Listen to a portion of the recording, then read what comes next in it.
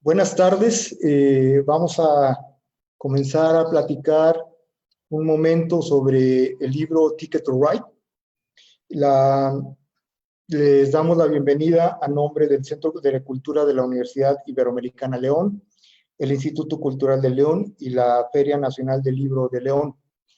Este momento es muy importante para mí porque es un momento que se ha dilatado en realizarse. En la FIL de Guadalajara del año pasado presentamos por primera vez Ticket to Ride en el marco de la Feria Internacional del Libro, y la siguiente presentación iba a ser en mayo en la realización de la Feria Nacional del Libro en León, Guanajuato. Dadas las circunstancias, se postergó y hasta ahora tenemos la posibilidad de presentar el libro. Entonces, este simple hecho, no tan simple pues, pero este hecho de estar con ustedes en este formato digital es muy bueno. Es algo que ya tocaba realizar para cumplir con este deber de la presentación del libro. Y el otro punto por el cual estoy muy contento el día de hoy es que estoy acompañado de dos personalidades que a nivel intelectual, a nivel académico, son muy importantes para mí y que han estado participando en todo lo que fue el proceso de planeación, elaboración del libro de Ticket to Ride. Estoy hablando de Miguel de Aguilera, que está en Málaga, España en estos momentos y que va a platicar con nosotros. Y está Luis Jesús Galindo Cáceres, Chucho Galindo, que está en la Ciudad de México. Los dos están encerrados, al igual que yo, aunque yo estoy en la casa de una amiga, Maggie Ortega. Y es un gusto, un gran gusto tener aquí a Miguel, a Chucho, con los que vamos a platicar. Entonces, vamos a trabajar durante 40 minutos, una hora, por dinámicas de la presentación. Y en primer lugar quisiera presentar el currículum de Miguel de Aguilera y después del de Jesús Galindo. Entonces, Miguel de Aguilera, doctor en Ciencias Políticas y Sociología por la Universidad Complutense de Madrid en 1983. Desde 1995 es catedrático de Comunicación Audiovisual y Publicidad en la Universidad de Málaga, en la que fue decano de la Facultad de Ciencias de la Comunicación de 1996 al 2002 y director general de Comunicación e Información de 2004 a 2011. Titular de la Cátedra Internacional UNESCO de Comunicación en Universidades de Lyon y Grenoble en 2006, secretario general del Comité de Investigación sobre Comunicación, Conocimiento y Cultura de la Asociación Internacional de Sociología, autor de más de un centenar de publicaciones entre libros y capítulos de libro, monografías y artículos en editoriales y revistas de Alemania, Reino Unido, Italia, Francia, Camerún, Burkina Faso, Estados Unidos, México, Brasil y Austria, además de las españolas. Ha investigado e impartido conferencias y seminarios, así como asesorado y cooperado con numerosas universidades de América, África, Asia y Europa. Miguel, gustazo tenerte aquí. Igualmente.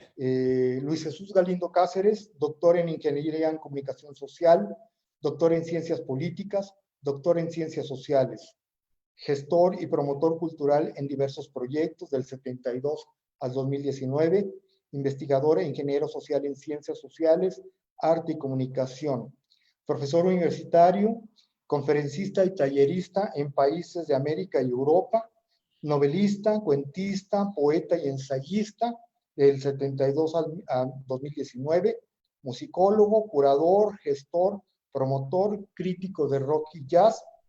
Ha publicado 45 libros en diversos campos de la escritura: antropología urbana, comunicología, ingeniería en comunicación social, metodología de investigación, sociología cultural, música, literatura. Autor de más de 450 artículos académicos publicados en 15 países de Europa, América y Europa. Autor de más de 100 textos sobre diversos asuntos de música, jazz, rock.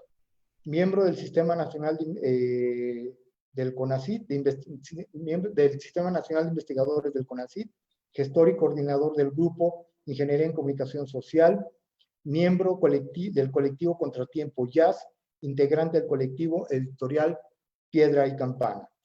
Chucho, gustazo tenerte aquí y va a ser una delicia platicar con ustedes. Y que la idea es que darles la voz a ustedes principalmente. Entonces, ya como introducción, me gustaría poner aquí en este espacio de diálogo lo que aparece en la contraportada del libro Ticket to Ride, que aquí está, veanlo, ahí está el Ticket to Ride. Dice, escribimos esto en la contraportada de Ticket to Ride. A más de 50 años de su creación como grupo musical, el Cuarteto de Liverpool es hoy muy popular y parece más vigente que en sus inicios. Incluso es posible que debido al impacto de las redes sociales y las plataformas digitales, el consumo de su música, películas y videos se haya incrementado, pero ¿por qué nos siguen gustando? Porque han pervivido y han pasado de la cultura digital. A un fan del Cuarteto de Liverpool le basta decir que le gustan, sin tener más que añadir algo. Pero un académico, un acafán, tiene que estudiarlos e informarse para manifestar no solamente por qué le gustan, sino explicar los motivos para seguir hablando de ellos desde en el siglo XXI. Es decir, una de las cosas que se tuvo que plantear desde un inicio es que no era hablar de los Beatles diciendo amo a los Beatles o no me gustan los Beatles, como una persona común y corriente. Un poco bajo la idea de unos textos que escribió Miguel hace mucho tiempo, hace varios años, sobre música y comunicación, planteaba que se habla poco, en los estudios de la comunicación se habla poco del factor música. Entonces la cuestión es ¿por qué? ¿Por qué en los estudios de la comunicación no hemos tomado en serio hablar de música?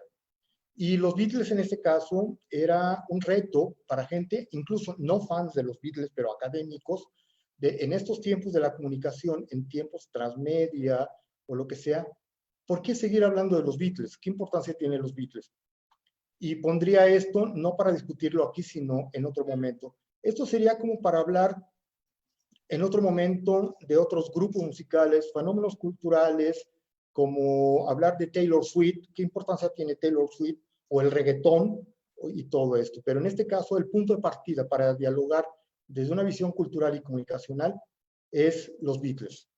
Entonces, la dinámica va a ser que voy a sugerir un tema de plática, no necesariamente una pregunta, y Miguel en un primer momento durante 5, 7, 10 minutos va a intervenir, y después Jesús Galindo va a hacer, y en un segundo momento empezamos con otro comentario que detone otra intervención de ellos. Empezaría Jesús Galindo, terminaría Miguel de Aguilera. Dejaríamos unos minutos para las preguntas que nos hagan a través de WhatsApp y que elegiremos algunas para dialogar con las preguntas y al final terminaríamos la sesión de la presentación del libro. esperando que sea esto 40 minutos, 50 minutos. Entonces, Miguel, Chucho, ¿por qué hablar de los Beatles desde una perspectiva de la cultura? ¿Qué significa este libro que pretende ser un libro desde diferentes enfoques de la cultura y de la comunicación sobre el fenómeno de los Beatles? Perdón, les doy la palabra otra vez con un último punto. La gente cuando habla de los Beatles cree que es un fenómeno viejo, porque incluso este año se cumplió 50 años de su último libro, el disco editado todavía como grupo. Es un fenómeno importante, muy importante y todavía vigente, pero ¿por qué hablar de ellos desde la comunicación, la cultura y qué impacto podría tener para estos estudios hablar de los Beatles? Miguel. Nada, muchísimas gracias, Héctor. Bueno, primero quiero saludaros a vosotros, Héctor, viejo amigo, digo viejo en el sentido que hace muchos años que lo somos, gran intelectual mexicano, lo mismo que a Chucho Jesús Galindo, también viejo amigo desde hace muchos años y también un intelectual al que respeto mucho, que he leído sus obras y en fin, lo sigo con interés, ¿no?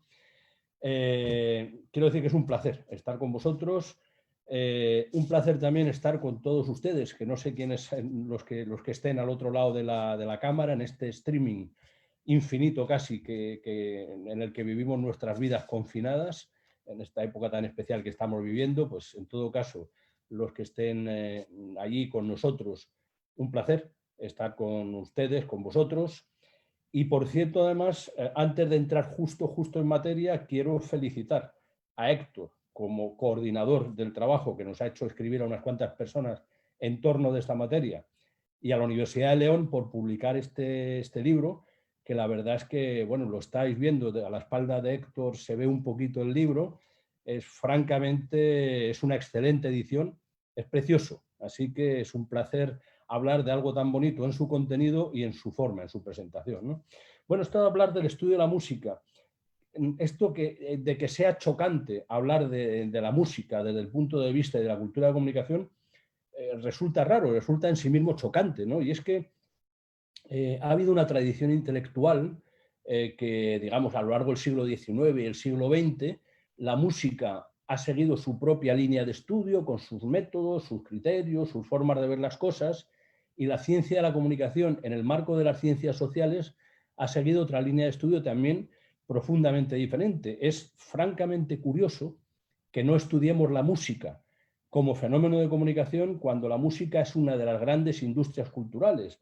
Vean ustedes, si no, por ejemplo, en California, donde está la televisión, está el cine y está la música, entre otras poderosísimas industrias culturales. Es curioso cómo las facultades de comunicación, la ciencia de la comunicación surgida en torno a las facultades, nacieron estas facultades sobre todo para abastecer las grandes industrias culturales de mitad del siglo XX pasado, cine, prensa, radio y televisión, y se olvidaron de la música, que es no solo una industria cultural importante, sino además una parte esencial de las otras industrias culturales. No hay cine sin excelente música, no hay televisión sin excelente música, no hay publicidad sin excelente música.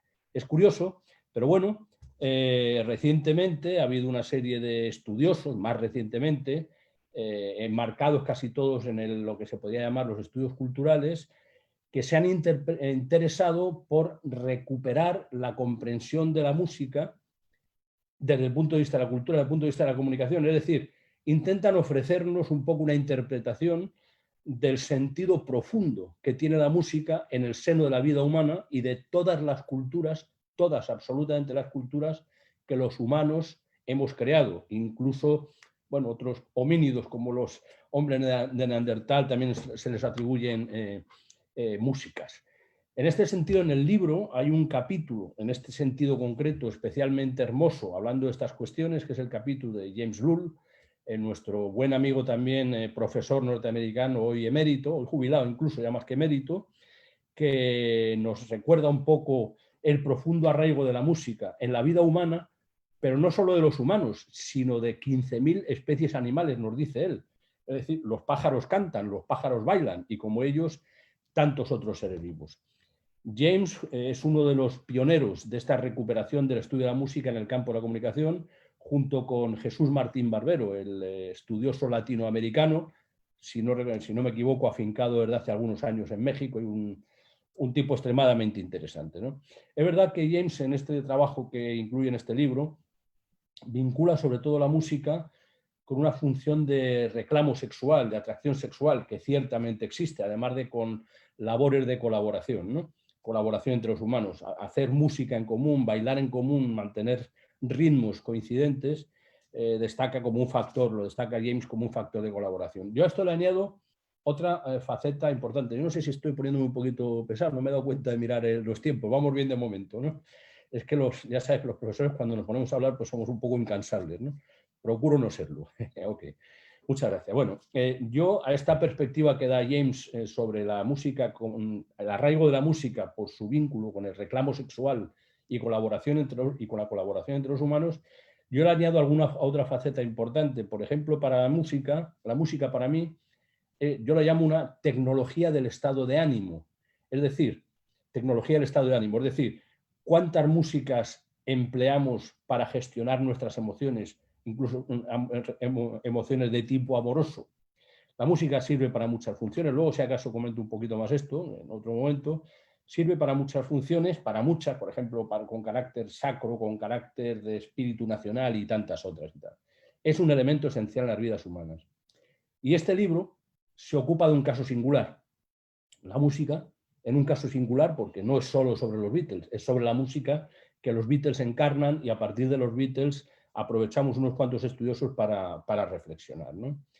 Se ocupa entonces de los Beatles, que es un hito importante en la historia de la cultura reciente, es un hito importante. Luego también, si queréis, ofrecemos algunos datos, si os parece oportuno, subrayar estas cuestiones, que desde hace muchos años, desde los años 60, que ellos comienzan a descollar, hasta la actualidad, están presentes los Beatles en la vida de cientos de millones de personas de muchos sitios diferentes, de México, de España, de Estados Unidos y de tantos otros lugares, de hace 70 años y de la actualidad, o 60 años y la actualidad. Eso es un fenómeno significativo, llama bastante la atención, ¿no? Pero los Beatles además están presentes en la vida individual y en la vida colectiva, son un fenómeno parte de la historia nuestra, mi historia personal. Yo he bailado música de los Beatles, he oído música de los Beatles, me he emocionado con la música de los Beatles, pero también de vuestra historia y de la historia del género humano, o buena parte del género humano de una época, ¿no? Pero no hay que olvidar que los Beatles son un fenómeno sociocultural, un fabuloso negocio indiscutiblemente, que digamos que representa bastante bien una serie de cambios más amplios que se estaban intensificando en los años 60. Quiero decir con ello que los Beatles representan, en buena medida, lo que podríamos llamar la revolución cultural posterior a la Segunda Guerra Mundial, cuando una serie de generaciones que no habían padecido directamente los horrores de la guerra, que habían nacido ya después y empezaban a gozar de bienestar económico, de mayor acceso a la cultura, de tiempo libre, de dinero para gastar, sobre todo un nuevo actor social que entonces nacía, que eran los jóvenes, empieza a plantear una forma nueva de ver la vida, empiezan a reivindicar una serie de actuaciones y tal, ¿no? Pensemos que en aquella época se está intensificando, por ejemplo, la globalización cultural. Hay radios, hay televisiones, hay cinematografías que nos están haciendo circular ciertos productos culturales, muy especialmente, por cierto, originados en los países angloparlantes, que permiten a todo el mundo escuchar otras músicas. En esa época está habiendo también un cambio tecnológico profundo, ya no solo en la videosfera, aparece la televisión y otras cuestiones, sino también en lo que podríamos llamar la sonosfera. Aparecen los tocadiscos, los llamábamos aquí en España, no sé, en México quizá pick-up, no sé cómo los llamaríais exactamente, y tal, esos pequeños aparatos reproductores que podíamos tener en casi todos los hogares. La música empieza a ser transportable es decir, empieza a acompañarnos prácticamente a cualquier lugar. En los carros, donde se conducía, la música venía con nosotros de ciudad en ciudad. Después con el transistor, con la radio en FM, que era chiquitilla y se podía llevar pegada al oído, y en un proceso que ha seguido evolucionando después hacia el Walkman, el iPod, etcétera, etcétera y tal, ¿no? Así que quiero decir con ello que en aquellos años, en los años 60, estaba habiendo una serie de cambios importantes, muy notables, por ejemplo, en lo tecnológico, por ejemplo, en lo económico-social. No hay que olvidar digamos, los grandes movimientos sociales de los años 60, el 68 parisino, el movimiento de los hippies más universal que el 68 parisino, y en alguna medida también los Beatles forman parte, aunque ofreciendo una versión mucho más suave, mucho más tranquila, menos conflictiva, forman parte de ese cambio cultural que se está produciendo en los años 60, que ellos son representativos tanto del cambio cultural como también del nacimiento de una poderosísima industria cultural. Termino diciendo dos cosas. El libro, rápidas en este caso, el libro creo que es una aportación importante y ofrece, digamos, además del análisis microsocial de los Beatles, es decir, cómo afectan a nuestras vidas personales, ofrecen ideas respecto de su análisis macrosocial, cómo forman parte de la cultura del planeta durante 70 años, 60, 70 años. Pero además de eso, creo que otra de las aportaciones importantes de este libro es que presenta dos grandes planteamientos metodológicos.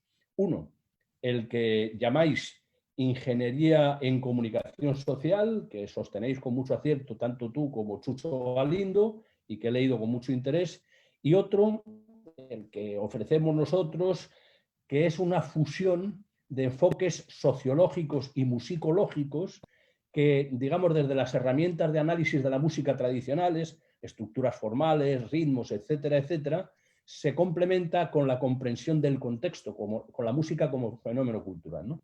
Yo creo que aunque solo fuera por esas dos grandes cuestiones metodológicas, merecería la pena leer el libro. Y perdonad si me he extendido un poquito más de lo necesario. Miguel, perfecto. Muchas gracias. Antes de cederle la palabra a Chucho, me gustaría comentar algo breve del libro y que tiene que ver con una mención que hiciste del texto de James Loule. Déjenme platicarle al público en general que el libro es el resultado de un seminario que hicimos aquí en la ciudad de León y que fueron ponencias que se presentaron y que también participó James Loule. El libro está integrado por varios enfoques de los estudios culturales o de estudios de la cultura y se proponía que fuera una reflexión desde los estudios culturales y la música. En su participación durante el seminario, James dijo al iniciar que él no estaba muy de acuerdo ni se identificaba con los estudios culturales, lo cual para mí fue una declaración histórica para los estudios de la cultura, porque James es un referente importante en los estudios de la comunicación de ese momento importante de los 70s, 80s, donde gira los estudios de la comunicación hacia la cultura, y en este caso los estudios culturales norteamericanos.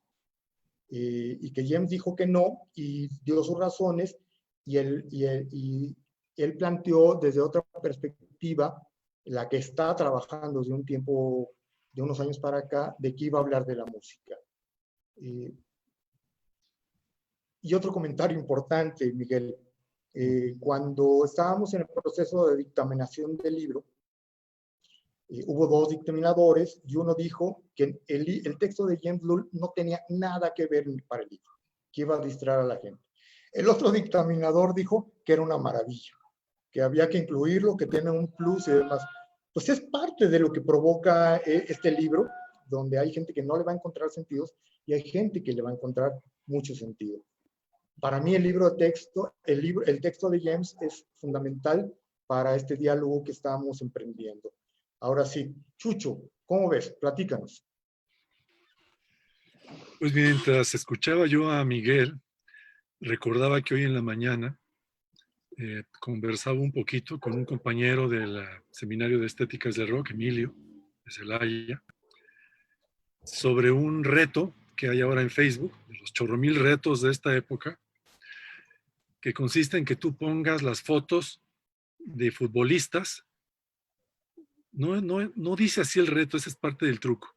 Dice que tú pongas fotos de de personajes que te han inspirado a amar el fútbol. Y entonces él pone, pues le va a las Chivas, pone unas Chivas y no sé qué cuentos, casi puros jugadores mexicanos. Entonces un poquito para molestarlo, pero también un poquito en el juego que nosotros tenemos, de lo que voy a decir inmediatamente, le comento, mira qué interesante que pusiste puros jugadores de la carpa, del espectáculo del fútbol. O sea que amas el espectáculo, amas Hollywood. Porque si se trata de amar el fútbol, yo lo primero que pienso es en todos esos amigos con los que jugué fútbol en la infancia y en la juventud, que por ellos es por lo que amo el deporte del fútbol, no por la pinche televisión, ni por los vatos que ganan no sé cuántos millones de pesos y que se cambian de camiseta como de calzones todos los días. Eso no me interesa, eso no me inspiran a amar el fútbol. Me podrán inspirar a amar el dinero o la fama o no sé qué rollo, pero no el fútbol. No el jugar fútbol y el sentido colectivo del compañerismo del fútbol. Este paralelo lo hago con el caso de la música y el tema que tú propones de por qué es interesante esta onda de los Beatles para la cultura. A ver, cuando estaba oyéndolos a ustedes, lo tenía yo muy claro, pero es más fácil tener en la cabeza que expresarlo con elocuencia.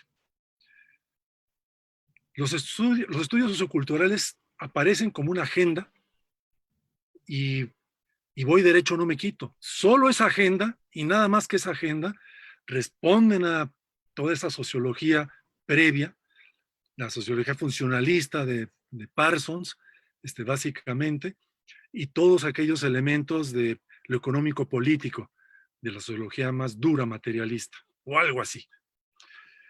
Y entonces les interesa, dicen, pues no todo es lo económico y lo político, sino también está la cultura. Un poquito así era el chore en aquel entonces. Entonces ahora retomo lo que tú nombras de Lul.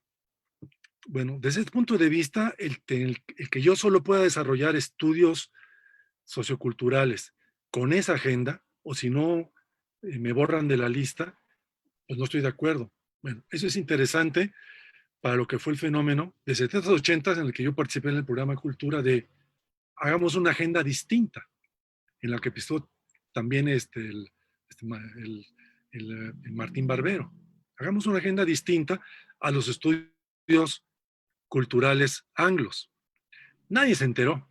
Inmediatamente dijeron, estos mexicanos son unos seguidores de los estudios culturales norteamericanos, ingleses y no sé qué.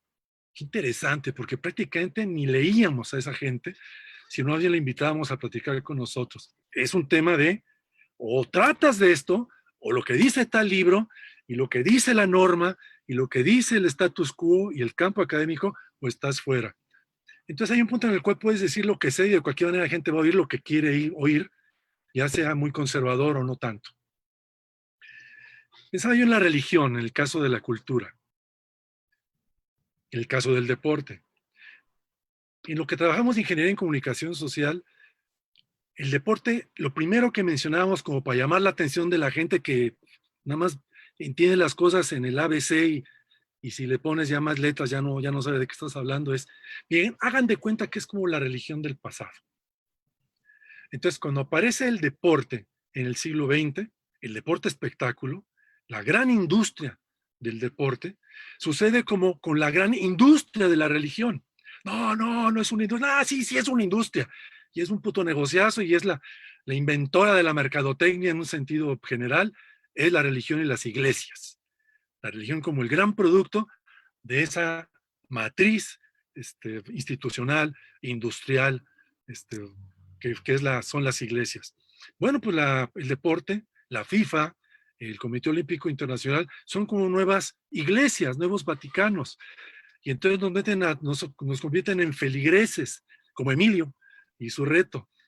Pero ¿qué más podemos decir en relación con esta agenda de la cultura también oficial, si la vemos desde una cosa que está antes de reflexionar la cultura, que es el pensamiento simbólico religioso previo. En el caso del deporte ponemos ese ejemplo. Ahora pienso en la música. Cuando aparece la gran industria de la música, es como la del música del deporte. Tiene muchos antecedentes, como dice Lull, que no tienen que ver con que si los estudios culturales les interesa o no les interesa. La música está ahí, es muy importante, es una de las grandes industrias, y ya no nada más en el sentido de pesos y centavos, sino en el sentido de aparato, de dispositivo macro, constructor de vida social. Cuando hice la etnografía para estéticas del rock sobre qué relación tiene la música con la vida cotidiana, resultó que de todo lo que tú puedes enlistar que construye tu relación con la vida cotidiana, más allá de comer y dormir o tener sexo, cosas muy elementales, está la música. En todo, asociada a todo. Y toda esa música que está asociada a ese todo es música que viene de la industria. Viene de esa gran religión, de esa gran Santa Madre Iglesia, que es la industria del entretenimiento y de la música. Entonces estamos hablando de algo muy serio. Y entonces aparecen los Beatles. Voy rápido, pero todo esto es muy fascinante. Los Beatles son un antes y después de lo que era la industria de la música, que venía del siglo XIX y del siglo XX, y lo que vino después de ellos. Pienso regresando al fútbol y al deporte. Antes de Beckham, los futbolistas ganaban por los contratos que tenían como vedettes, que son del circo, de la industria del entretenimiento, del fútbol. Pero a partir de Beckham, aparece el primer tipo que es multimillonario, ganando más, vendiendo su propia imagen, la imagen Beckham, que la imagen de qué buenos tiros libres, que los tiraba muy bien, tira Beckham. Aquel gol que hace para pasar a un mundial cuando en el último minuto de tiro libre queda para la historia. Bueno, con los Beatles son algo parecido. De la música que era, decía Ignacio Basaurón en un evento que hicimos rememorando el México 70, el Mundial, que en el 1970 todos los jugadores de la selección mexicana, estamos hablando hace 2 minutos, todos vivían de otra cosa y además jugaban fútbol y ganaban una feriecita, pero ninguno podía vivir solo del salario de futbolista. Y en cambio ve ahora, y luego ve a Beckham, o a Cristiano Ronaldo, que es el primer gran supermillonario del fútbol, que no tiene que ver con una empresa en el sentido del dueño de la empresa, de saco y corbata, que nunca se ha puesto unos zapatos y unas botas de fútbol. Es el primer futbolista que, vendiéndose, en la genealogía de Beckham, tiene ese efecto. Pues los Beatles son una cosa parecida. Una cosa es jugar fútbol como jugábamos en la primaria, y como se inventó el fútbol por razones religiosas y de configuración de ciudadanía, y otra que ya es el fútbol industrial, y los Beatles. O sea, los Beatles son, de la Santa Madre Iglesia de la música, el gran fenómeno constructor de la vida, que además es un súper negocio. Y hay un antes y después de los Beatles y hay un montón de anécdotas de todos los rockeros, estos de los supergrupos, a partir de los 60s y de los 70s, de lo que ellos imaginaban que era ser una estrella de rock y lo que después vivieron, que nosotros hemos platicado en el seminario. Entonces, el fenómeno de la cultura, como la gran religión, como la gran institucionalidad, como fue lo social, como fue la política y como fue la economía o el comercio, ya mezclada y presentada en ese formato industrial de entretenimiento. Discúlpame, pero perdóname, decía yo hace rato el dato de la música y la vida cotidiana. No hay vida fuera del consumo cultural. No existe a nivel global. No existe. Y es uno de los elementos que hay que estudiar. Hay estudios culturales que son tan flojos y tan huevones para pensar todo. Tendría que ponerse a pensar lo que ha afectado a la vida, al sentido de la vida, al sentirse bien, al gozo, al placer, construido como consumidores de la industria cultural, todo este tema de la pandemia. Y entonces vamos viendo entonces que esto de estudiar la música la industria de la música y el gran fenómeno de los Beckham de la música que son los Beatles, por supuesto que es algo importante, porque es lo que construye la vida cotidiana, más allá del trabajar y camellar en todo el mundo. Si solo trabajas y comes, la vida es una mierda. Pero si además hay consumo industrial de entretenimiento, la vida tiene otras opciones. Y la música está en el centro. Chucho, muy bien, gracias. Déjenme comentar antes de seguir que algunas personas nos están siguiendo en Facebook. Les damos las gracias y los saludamos. Está Beto Cronopio, un viejo amigo, un gran amigo, bitlemaniaco.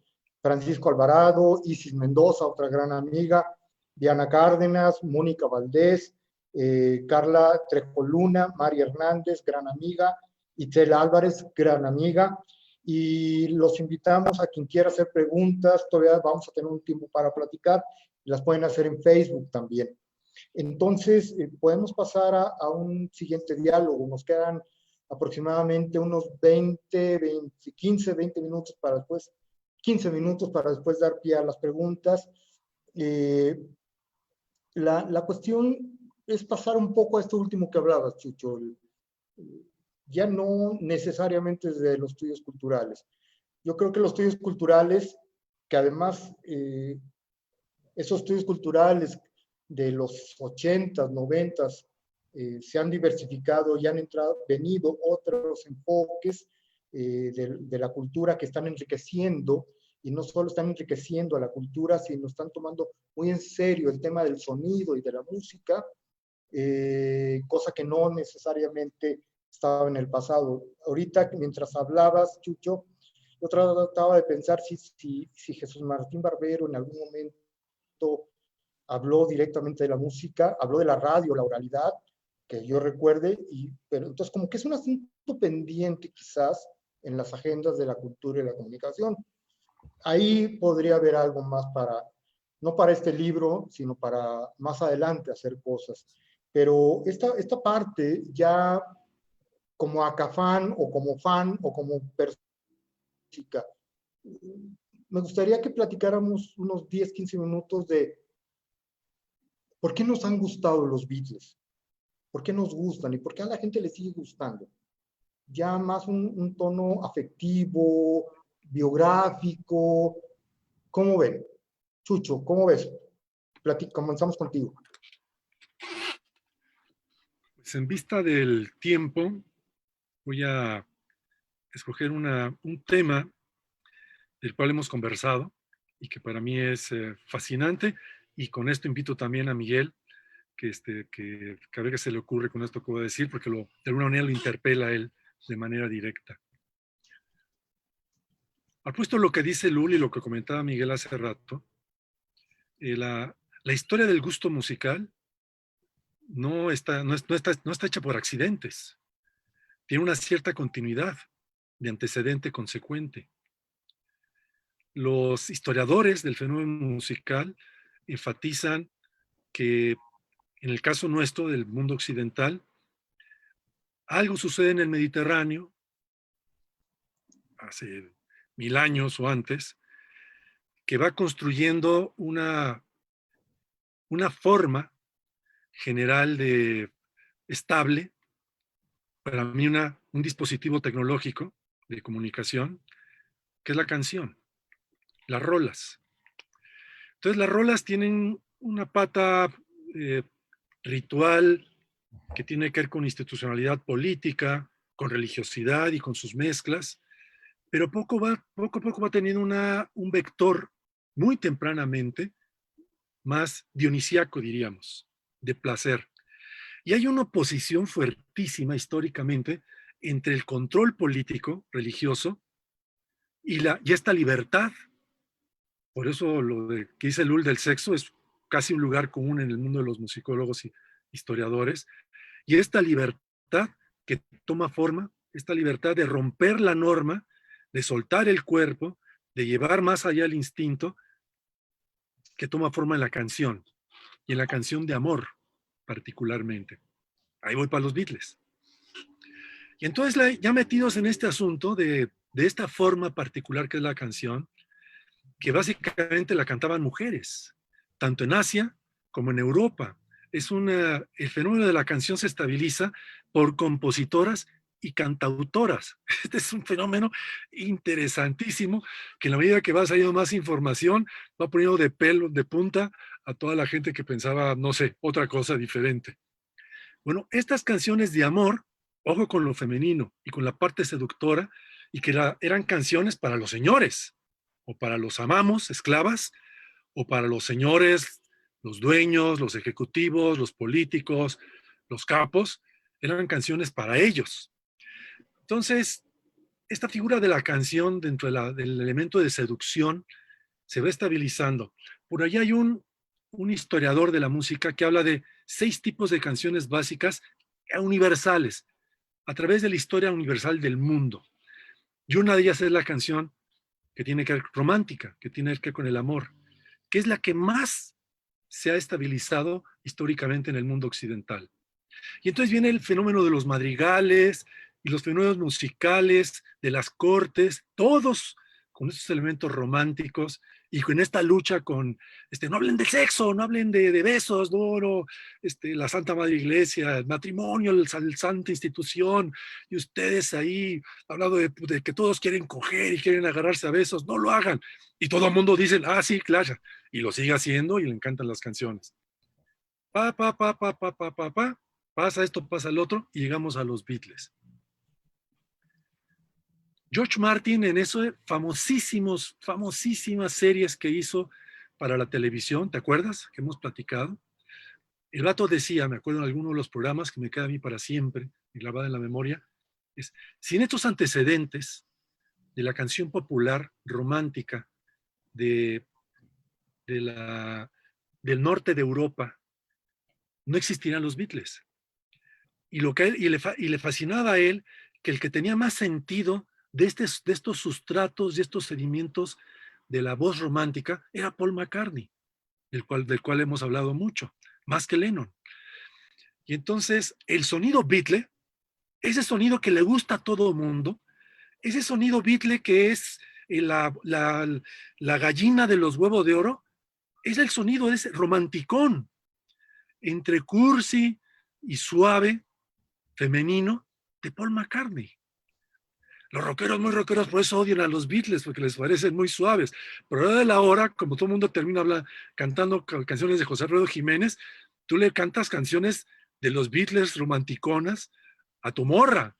No le cantas un heavy metal, le cantas una canción de Paul McCartney y la morra se deshace de endulzura.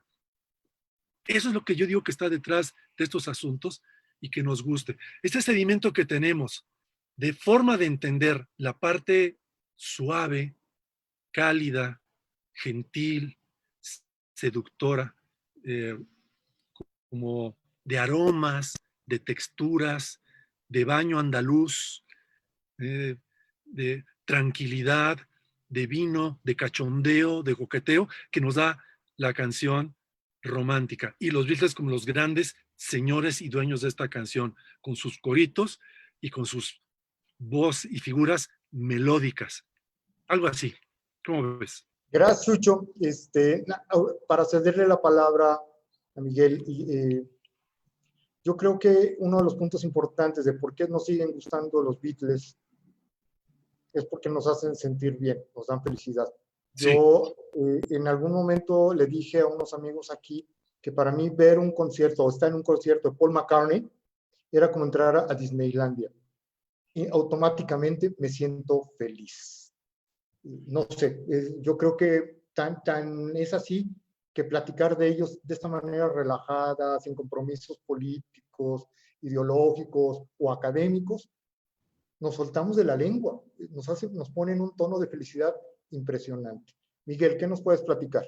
Bueno, lo primero es que es verdad que encontrarse en estos escenarios oyendo cosas tan interesantes nos pone contentos y nos tira de la lengua, en una manera de decir que nos incita a hablar, ¿no? Estoy bastante de acuerdo con lo que dice Jesús, Chucho, ¿no? Pero a mí me vas a permitir, aunque me hayas interpelado, Chucho, que yo aporte otro punto de vista que era un poco el que quería haber contado a estos efectos, ¿no? Que creo que también ayuda a redondear o a completar un poco tu punto de vista. Sobre tu punto de vista sí diré una cosa. que yo creo que la cultura esencialmente, toda cultura humana se ha construido sobre el ser humano, eso es bastante evidente y tal. Y lo que hacen estas culturas humanas es conducir nuestras pulsiones, por así decirlo, y nuestras emociones también, ¿no? Hablas de 6 tipos de canción y yo en algún otro sitio he hablado de 6 tipos de emoción que son conducidas por canciones o reguladas o gestionadas por canciones, etcétera. Y en esas manifestaciones culturales hay unas permanentes disputas entre el eros y el thanatos, la expansión y el control. Pero permíteme que cuente brevemente, claro está, porque es verdad que se nos acaba el tiempo, ¿no? El punto de vista que yo quería introducir en esto, ¿no? Si la pregunta es cuál es el impacto de los Beatles en la cultura, siguen afectando a cientos de millones de personas en todo el planeta, lo que es singular. Yo no lo consigo, ¿eh? Y yo no les quito mérito, por lo tanto. Si ya salgo en la tele, los niños se van corriendo, mamá, que ha salido ahí un señor muy feo, ¿no? Ellos, sin embargo, conmueven a cientos de millones de personas en diferentes tiempos y lugares. México, España y Estados Unidos, por decir algunos que coincidimos en un libro y nos interesa. Pero hay mucha más gente. Fijaros que en el año 2015, un dato que he encontrado por ahí, Spotify introduce la música de los Beatles en su catálogo y empieza a reproducirla. A los 100 días ofrece unos datos. Hay 6,5 millones de oyentes al mes de los Beatles en todo el mundo, que se dice pronto, y además no solo en un sitio pequeño, sino en todos los lugares. Mucha gente que le gusta. Sobre todo, por cierto, en el año 2015, jóvenes entre 25 y 34 años, no gente ya con algunas canas poquitas, como estamos los que estamos aquí conversando y tal, ¿no? Y por cierto, de todas las ciudades del mundo en las que tiene más éxito los Beatles, es Ciudad de México, según los datos que ofrece Spotify, lo señalo un poco anecdóticamente, ¿no? En algunos rankings de la historia de la música son considerados los músicos más influyentes de todos los tiempos. Por supuesto, no nacen de cero. Ningún producto cultural, de hecho, nace de cero. Como tú bien dices, son herederos de toda una serie de tradiciones. Y tantos años después de su disolución, su música sigue sonando en nuestras cabezas y sigue formando parte de nuestra vida cotidiana en cierta medida. No estamos cantando yesterday cada 10 minutos, pero forma parte de nuestra vida cotidiana. Como bien decía Héctor hace un ratito, es que nos gusta, es que nos dice algo que nos sienta bien, que nos agrada, algo edulcorado, algo suavecito. También es verdad que la música de los Beatles, ellos no nacen de la nada, pero la música de hoy tampoco nace de la nada. Y los Beatles son una de las bases de la cultura pop que forman parte esencial de nuestras vidas. Los Beatles, su música, sus imágenes, sus pelos, el submarino amarillo, etcétera, forman parte del imaginario social de muchas culturas, estamos hablando de culturas globales, globalizadas en todo el planeta. Son sin duda un mito para muchas personas y en muchas culturas. Pero esto de constituir mitos no es raro en la historia de la música. Simon Frith, el escocés que conocéis, ya nos enseña en uno de sus libros cómo los editores de partituras y algunos otros integrantes de la incipiente industria cultural de aquella época configuran el mito de Beethoven, es decir, hacen de un señor un mortal como los demás, bastante antipático parece ser y algunas otras cosas, lo constituyen, siendo probablemente el mejor músico de la historia occidental, lo constituyen en un mito y tal, ¿no? Eso no es de extrañar, forma parte de las experiencias personales de cientos de millones de personas que construimos las identidades en parte gracias a ellos, añadiéndoles un sentido de liberación frente a las culturas victorianas y las culturas más opresivas que antes había, son un fenómeno sociocultural que forman parte de la cultura global y, como muy bien decíais, un fabuloso negocio, enorme negocio. No hay que olvidar, enorme negocio para ellos, pero para muchísimos más. Muchísima gente en la industria discográfica, en la industria cinematográfica, en la industria editorial, que han sacado cómics, revistas, artículos, entrevistas, etcétera, productores, managers, responsables de marketing, etcétera, todos esos han vivido de los Beatles. Y no hay que olvidar también que la música de los Beatles y el fenómeno de los Beatles es también producido por toda esta gente. Ojo, estoy hablando con esto un poquito de la autoría colectiva, en cierta medida, de ese mito, de esa narración y de esa música de los Beatles. No le voy a quitar ningún mérito a esta gente, que ha tenido la especial habilidad, aprovechando las circunstancias históricas y el empuje de la industria cultural angloparlante de, bueno, estar en el imaginario de cientos de millones de personas durante 60 años. No lo conseguimos todos, ¿no? Yo no lo entiendo, no lo intento siquiera.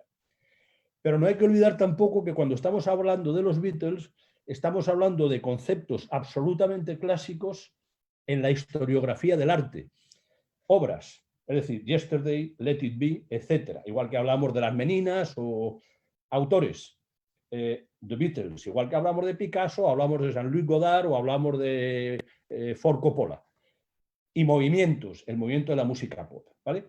Quiero decir que también al estudiar los Beatles estamos cayendo en conceptos clásicos, o usando, no cayendo, pero sí usando conceptos clásicos de la historia del arte. Pero la historia del arte nos ha enseñado, recordáis la historia social del arte, de la literatura y del arte, nos ha enseñado que hay otras miradas posibles, que sobre todo tienden o han de llevarnos, como estamos haciendo aquí, a pensar en los factores y condiciones que hacen posible que esa música salga y que esa música triunfe. No es casualidad, sin quitarles un ápice de su genialidad, porque ellos lo hicieron y no todos lo han hecho, muchos lo han intentado, ¿no? Y hacen posible que millones de personas hoy y ayer vivamos experiencias por lo general gratas. ¿Cómo lo hacen? Por cierto, también es importante señalar que lo que nos cantan los Beatles casi ninguno lo entendemos. Quiero decir, yo ahora sí entiendo inglés, en su época no. ¿Recordáis Only You de los Platters? Esa canción, Only You, que hemos bailado todos. Estamos diciendo Only You, preciosa que estás delante de mí, no me importa que sea la novia de los Platters. Yo estoy hablando de Only You, mi preciosa, en fin, novia o pareja de cada cual y tal, ¿no? Nunca entendemos, los que no somos del mundo angloparlante o por general, no entendemos lo que nos dicen, le atribuimos sentido a estas cuestiones. ¿Y qué son estas cuestiones? Son las baladas. Baladas es un tipo de género de marco lírico, canciones de amor, que son, por supuesto, importantes e interesantes, y origen interesante femenino, como bien subraya Chucho, ¿no? Quizá las baladas son un producto cultural que vosotros y yo y todos los que estamos aquí hablando de los Beatles hemos usado concretamente las baladas de los Beatles como Only You, bueno, Only You, los que somos mayorcetes, los chavales de ahora pues usan otras baladas y tal, ¿no? Para lo mismo, que es para acercarte a solamente tú, princesa o príncipe, ¿no? Y esa quizás sea una de las claves del éxito de los productos de la cultura de masas y en este caso de los Beatles. Es decir, las canciones, sus baladas, son como contenedores, como vehículos. Yo me acuerdo cuando antes se iba al videoclub, ¿recordáis? Cuando íbamos al videoclub íbamos a coger películas y cogíamos una de reír y una de llorar. Tomábamos una de reír y una de llorar, te la llevas a tu casa, ríes o lloras y la vuelves a depositar en el almacén de emociones, el abarrote de emociones, he dicho alguna vez y tal, ¿no? Algo así ocurre con la música. Yo he tomado Yesterday, he tomado Only You, he tomado las canciones que los Beatles me han proporcionado, como vosotros, las hemos tomado, las hemos usado, les hemos dado el sentido que forme parte de nuestra vida cotidiana, las hemos empleado, pero personas muy diferentes, como somos nosotros, que vivimos en países diferentes, como son señoras y señores que han vivido y vivirán y seguirán emocionándose con la música de los Beatles. Esa es la clave, la señalaba Paul Willis, ¿no? de los productos culturales, la clave del éxito, que son productos muy genéricos que todos podemos tomar, darles el sentido que nos convenga, only you, solamente tú, mi querida princesa, es un decir, perdonadme la expresión, y luego lo depositamos, pero al mismo tiempo tenemos sensación de colectivo, tenemos sensación de formar parte de un enorme colectivo de personas que somos todos los integrantes de la cultura pop o los que en su día llamamos el pelillo largo y esas cosas que nos permitíamos. He sido un poco rápido hablando, pero espero no haberme extendido. Gracias, Miguel. Perdón, nos quedan ya 10 minutos. Hay dos preguntas y me gustaría solo saludar también a Leo Mora y a Alejandro Cisneros, que también se están comunicando. Hay dos preguntas. Perdón, me gustaría la primera que la atendiera Chucho, que quisiera un comentario rápido, y la segunda con Miguel. Sobre todo la primera que tiene que ver con México, y esto creo que podrías tener algún elemento de reacción. Chucho, dice, Daniel Pineda pregunta, ¿qué impacto tuvo para la juventud mexicana que en el 65 el gobierno nacional impidiera que los Beatles dieran un concierto?